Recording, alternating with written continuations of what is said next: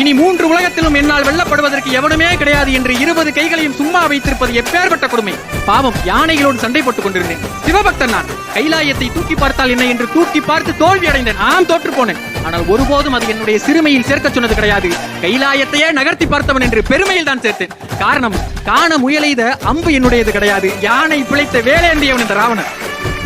நண்பர்களே, ஒட்டுமொத்த காப்பியமும் ராவணனை அரக்கனாக பார்த்தது, ஆனால் ராமனை நாயகனாக பார்த்தது, கடவுளாக பார்த்தது.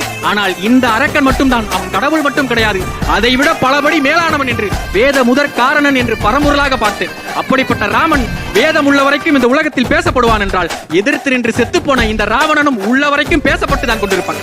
ஒரு முறை சுற்றி பாருங்கள். 10 தலை சரிவதற்கு முன்னால் இறுதி போருக்கு சென்று கொண்டிருந்த அந்த தருணத்தில் சொல்லிவிட்டு தான் சென்றேன். ஒன்று, இன்ற நாளில் சீதை தன்னுடைய வயிற்றில் அடித்துக் கொண்டு அழுவாள், அல்லது என்னுடைய மனைவி மண்டோதரி அதையே செய்வாள் என்று என்னுடைய தலைகள் சரிவதற்கு முன்பு நான் யார் என்று காட்டிவிட்டு தான் செத்து போனேன். நான் வாழ்ந்த பொழுது என்னுடைய முகம் எத்தனை மடங்கு பிரகாசமாக இருந்ததோ, செத்து தரையில் கிடந்த போது அதை விட 3 மடங்கு பிரகாசமாக இருந்தது. நம்பவில்லை என்றால் கேட்டு பாருங்கள், நேரில் பார்த்த ராமனே சாட்சி.